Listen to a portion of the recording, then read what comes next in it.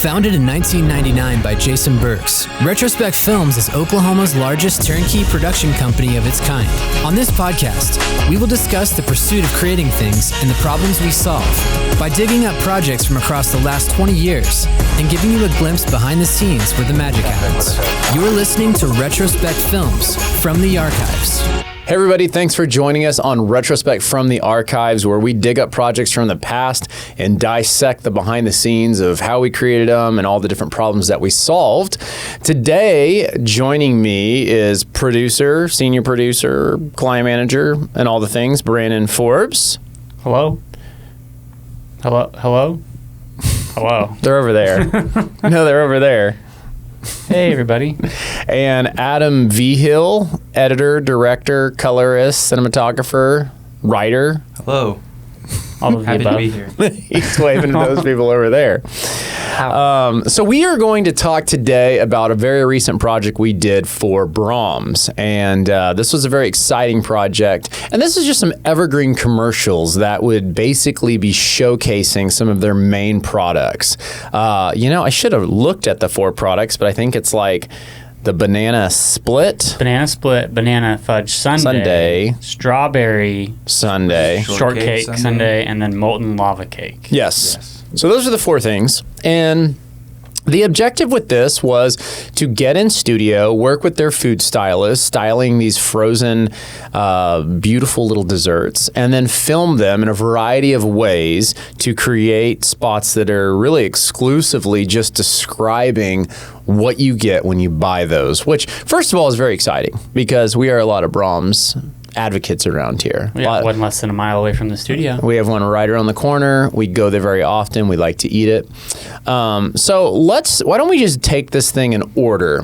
Forbes, so why don't you start a little bit with the producing of these spots and what that was like? Yeah, I mean, the producing is relatively simple for things like this, just because a lot of the weight is going to be put on just the food stylist making sure that it looks good, and then on us to make sure that what we're shooting that has been styled looks good. But lots of rounds of revisions on scripts and things like that, kind of getting there. And then luckily the Braum's office in Oklahoma City has a really awesome kind of studio space that is essentially set up for filming in, but they have an identical kitchen setup and ordering counter that is like meant to be used to film in. And so they have all the power, they've got all the cooking, utensils and pieces of equipment. But most importantly, they have these like rolling freezers that are very, very important for like our food stylist that is styling inside of these freezers. And so when we went down to kind of scout and go through scripts, we kind of figured out, okay, here's what we're going to do. It's going to use paper backdrops for all these different colors. They're going to make these different sundaes kind of pop and go with maybe the different flavors or colors that are getting poured on. And then really it was just more or less kind of doing a lot of phone calls with the food stylist just to make sure, like, hey, how much time do you think you're going to need? Because one thing that, we've done a lot of shoots with food, but ice cream specifically is not something that we've done often. And it's difficult because, one, ice cream melts the moment that it's not in the freezer. And when you're filming things and you're using lots of lights, it just makes things warmer. And so lots of kind of different little things to think about before when you're moving into production. Yeah. And something I thought about while you were talking that I often forget to do is to cue these spots. Oh, yeah. So why don't, and also, we didn't just do food spots. We did one comedy spot. And we did a comedy spot. That's right. We forgot to mention that. Yeah, we did do a comedy spot. So why don't we start, let's fire off those food spots, which there are 4 of them. They're 30 seconds each. Here we go. Braum's Banana Fudge Sundae gives a whole new meaning to decadent taste. 2 creamy scoops of premium vanilla ice cream overflowing with delicious hot fudge and fresh slices of banana to create the perfect balance between the fruity banana flavor and rich hot fudge. Treat yourself to a banana fudge sundae at Braum's, where every spoonful is pure bliss. Satisfy your sweet tooth with a Braum's old-fashioned banana split. Crafted with a delicious banana, split down the middle and filled with not 1, but 3 scoops of Braum's premium ice cream flavors. To complete this masterpiece, all your favorite toppings are poured on each scoop to bring it all together in a perfect harmony of flavor. Treat yourself to an old-fashioned banana split at Braum's, where every spoonful leaves you wanting more. Craving a dessert that's simply irresistible? Indulge in Braum's Molten Lava Cake Sundae. Ripples of hot fudge layered on chocolate bundt cakes, and scoops of Braum's premium vanilla ice cream, topped with more fudge and showered with toasted almonds. This sundae is a chocolate lover's delight with whipped cream and a cherry on top. For a dessert that's irresistible, try Braum's Molten Lava Cake Sundae.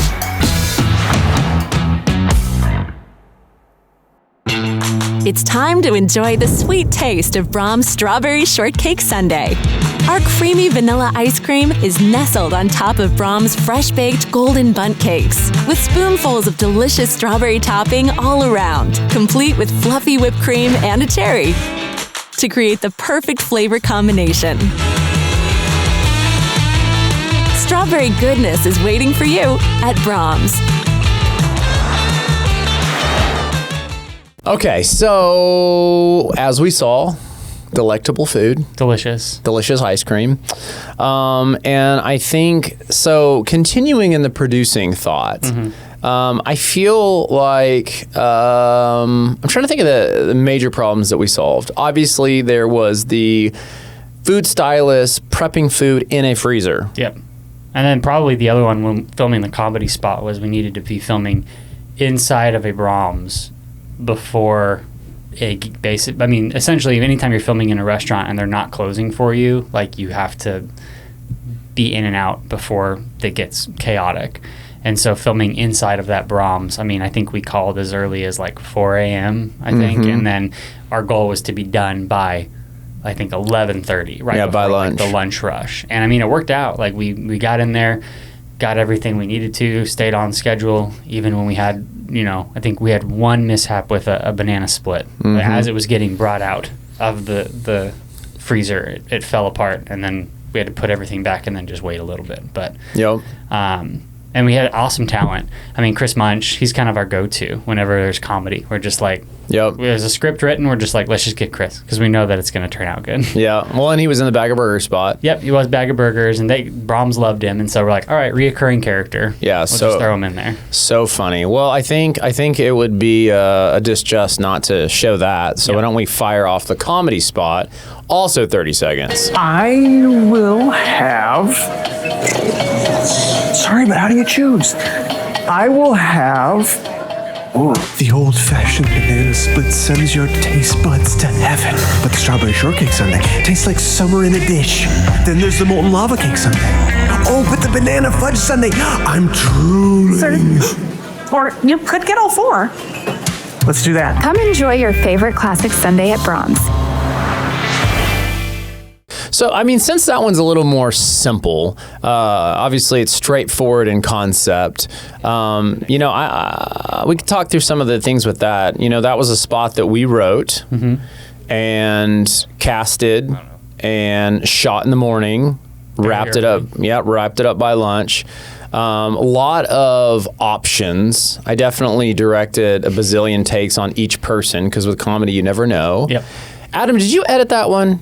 Yes. Talk to me a little bit about that. I feel like, as I recall, as normal, I think that I remember asking for some different little things editorially. Actually, you remember, I kind of did a little re-edit on that too, but it wasn't massive, because I went back in on the road and inserted some little nuggets. So I think you took first pass, I did some stuff, then you cleaned up what I did some. We both kind of put a little bit on that. Yeah, I think so my first pass, and I think the only pass I did, was actually 60 seconds. Okay. So everything after that, like in the 30 that we just watched, was like other people coming along behind it, and I kind of put together like the skeleton of it with all of the beats. Yes. And we realized, and I kind of drug things longer than they needed to be. So we could look at it all. I wanted to include everything.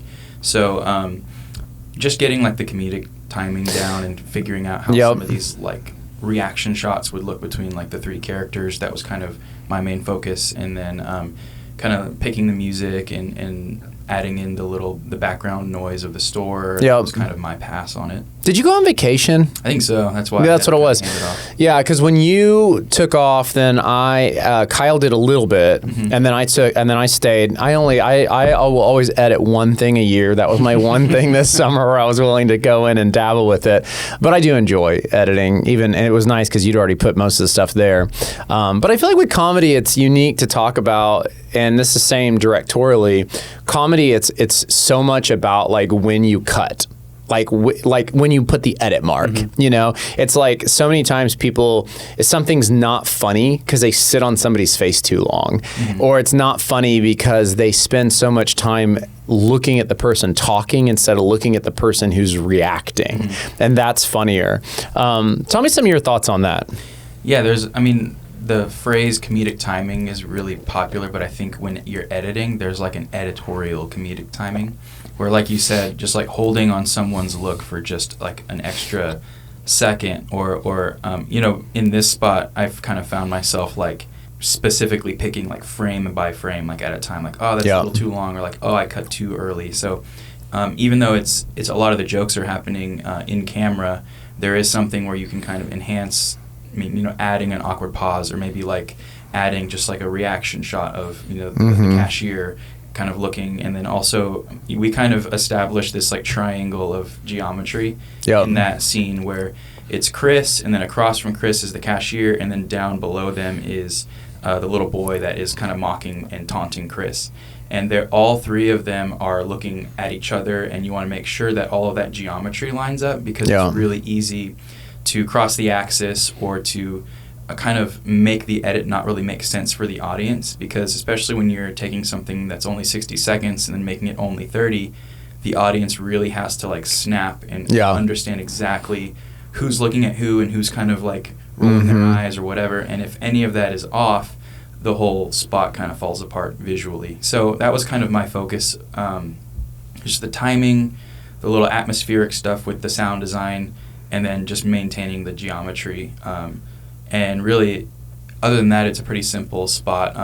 All of the actors did really well, so it was easy to kind of enhance their performances and not really have to really edit moments that weren't already there. Yeah. I always find like with comedy, and this is all storytelling actually, but it's interesting how I feel like say you take your principal actor and you have their character description and you're like, this is the kind of character I want you to portray. So I'm having you say these things because when you say these kind of things, then the audience interprets you as the character I want. And that's always a good way to develop a character. But many times it is the supporting characters and the way they react to that character that actually also tells you as an audience that's who they are. Because like in that spot, even though it's all so fast and it's 30 seconds, and I almost think of it like photography, like when you cut to the reversal of the cashier rolling her eyes, it tells you how you're supposed to feel about him. And when you cut to the kid impatient and frustrated, it tells you how you're supposed to feel about him. And even though his character is a certain way, like especially in a 30, you need all the elements possible to get the audience to recognize like, oh, that's who that person is, and that's what makes it funny. And now I laugh, now I remember it, now I want to go to Braum's. Maybe. Which it worked, because hopefully I have that molten lava fudge sundae at least once a week now. Oh my gosh, great. We're going to have to do something about that. That's why I'm wearing this jacket. So talking about the other spots, those were a little more particular. Maybe I'll talk about the cinematography a little bit, and then why don't we like dig into the color grade. One thing for me on those was how can we shoot these in a way that's unique and interesting? And that's always a struggle, because I feel like everything we shoot, it's like, how can you make it unique and interesting? And very rarely do I approach a project and just go, I'm just going to make this one boring, But when you do it every day, or at least every other day, you're picking a camera up, it can be very hard to like reinvent the wheel. So this one, I was really excited because we used a snorkel lens. And I love that snorkel lens, but I haven't used it a ton on food. And it does have its downfalls. Like when you use it, you need a tremendous amount of light, and you need to be very, very controlled with the camera because it can shake as seen very easily. And we knew we were going to use a product turntable.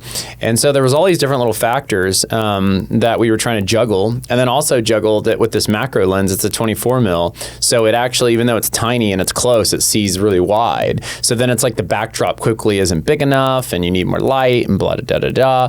So it's kind of, with that approach, even though I loved the way stuff looked on the monitor, it wasn't easy. Like it was frustrating and difficult. I kind of defaulted to, I think, did we shoot that one? Yeah, we shot that with C500s. Mm-hmm. Yeah. Shot it with C500s and basically used a variety of lenses. We rented a couple DZO zooms, full frame zooms, and then we used that macro. And I think that's mainly what I used. I think you used the 100 mil macro as well. I did. I use that a lot, which is really funny because it's like kind of like, it's not like a dog lens, but it's not exactly like the nice best lens ever. I mean, that little lens, 2.8. And I was on that lens a lot. So I was trying to mix perspectives. So I was like, how do you have this wide sweeping macro-y hyper parallax miniature set vibe that you can get out of a snorkel? So you'll see a lot of shots where I'm like moving the camera with a slider and I'm only moving it like 6 to 8 inches, but it looks like a sweeping helicopter flying over ice cream.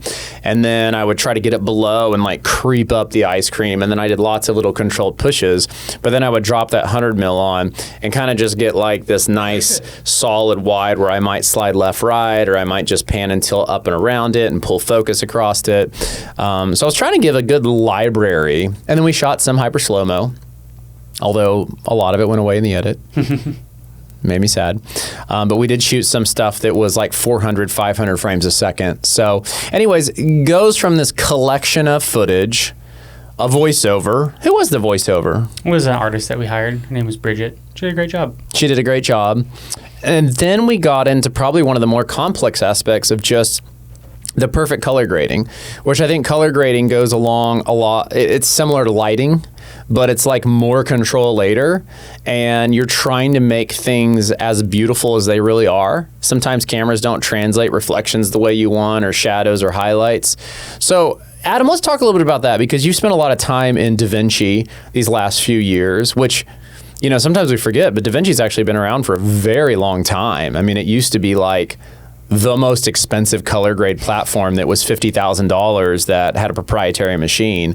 Now it is a piece of software that you can get your hands on pretty easily, but it's only gotten more and more advanced, the ability to create layers and selections. So talk to me a little bit about this one specifically and some of the things that you did per spot to have the control you needed to really make these desserts look as beautiful as they are in real life. Yeah, so there's kind of like the main color grade that you do to kind of get the image to what we call like a Rec 709, which is just the technical term for like a television color and gamma standard. Basically just the way it looks on TV and the way the TV stations will accept it.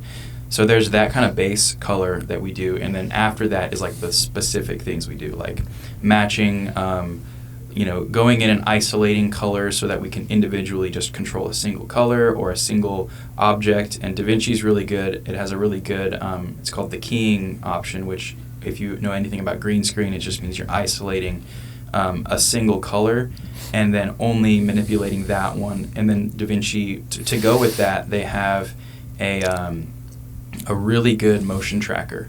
So you can kind of click, just like in After Effects or any of those visual effects softwares, and click and create a little mask or like a window around that object, because a lot of these ice creams are like spinning and turning, and so the object that you're trying to let's say there's like a chocolate chip or a sprinkle or something that is just a singular object, you have to motion track that across the entire image so that the color doesn't interfere with any other colors. So there's a lot of movement and a lot of the camera going up and around things. So having that ability is really good because you can isolate individual colors, and a lot of times just the way cameras work, you'll nail the initial grade I was talking about, just the kind of overall, the basic one. But certain colors will kind of be pushed in the wrong way, or the background will kind of be pushed in the wrong way. Just because cameras' sensors aren't like perfect, they're not going to just be perfect to like what the human eye sees. So this is a great way to compensate for sort of the scientific, shortcomings of like, we're not really there with sensors yet. They're not that close to the human eye, but we can kind of get them there in post. And even certain things like, we rented those 2 lenses, but we noticed, I don't know if you remember, like one of them was like really warm for some reason, and the other one was kind of cold, but they're like the same series. Yeah, same series. So there's nothing we could really do. So even just your lens choice can have a huge impact of what the image looks like when you bring it into color grade. So you can't really just copy and paste certain grades if the lenses are changing. So everything kind of has to be shot for shot, kind of graded by hand, sometimes motion tracked frame by frame. And we have a lot of clients like that. I'm also thinking of like the makeup and the cosmetic clients where the color is so important to nail, and it can't be slightly off because it's kind of a misrepresentation, and that's kind of their whole brand. So doing that, it's a really useful tool that we have, and we use it all the time, and we got to really let it shine with this one. Yeah, I'm curious, how many layers do you think you had going on some of these? So DaVinci Resolve isn't layer-based like in After Effects. It's like node-based. Yeah. So in terms of nodes, it's probably, for some of the more complex ones, maybe like 15 to 20. Yeah. Which, for me, I try and keep, just like my personal style, I try and keep the nodes like as small as possible. Yeah. Like if I can grade something within like 5 main nodes and then maybe like some sort of like parallel nodes or little technical ones in between, just like as minimal as possible. But with that one, it got really big because we have like motion tracking going on and different colors keying out, and then layers of all these little technical things happening. So the node tree was like pretty big. Yeah, that's awesome. Well, they definitely turned out beautiful. Brandon, what would you say, just kind of in conclusion on these spots? I mean, first set of ice cream commercials that we've shot for Braum's. What was your feelings? I think the client liked them. What were their feelings? No, it was great. I've seen them on TV running now, and they look awesome.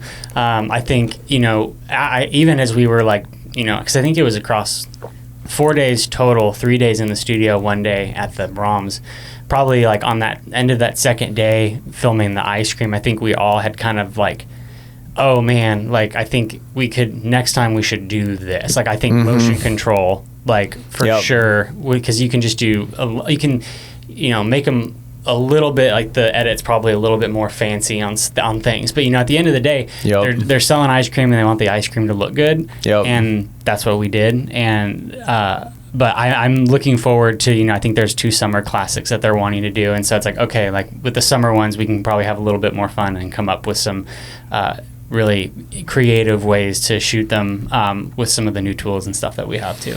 Yeah, I think that is, it's I guess it's weird to admit it, but I will say that's one of those projects where we got to the end and I love how they turned out, but I just like kind of was flooded with other ideas. Yeah. Where I was like, I should have done this. I could have done that. Yeah. I would have done this different, which is, I mean, I guess that's how I am anyways, but it's nice because sometimes we finish things that are really difficult and I'm like, we did the best we could. Yeah. And if given the chance again, I'd do the exact same thing. Yeah. I think this was one where I was like, we did the best we could, but now that I experienced it, I learned a lot of things that I would do better next time, and I can't wait to do it again because I'll make it even that much better. 100%. You know? So, well, awesome. We appreciate you guys joining us today to talk a little bit about some ice cream. Hopefully we've inspired you to go eat some. And if you are, in the state of Oklahoma, there's probably a Braum's real close by. So go eat ice cream now. Bye. See you later, guys.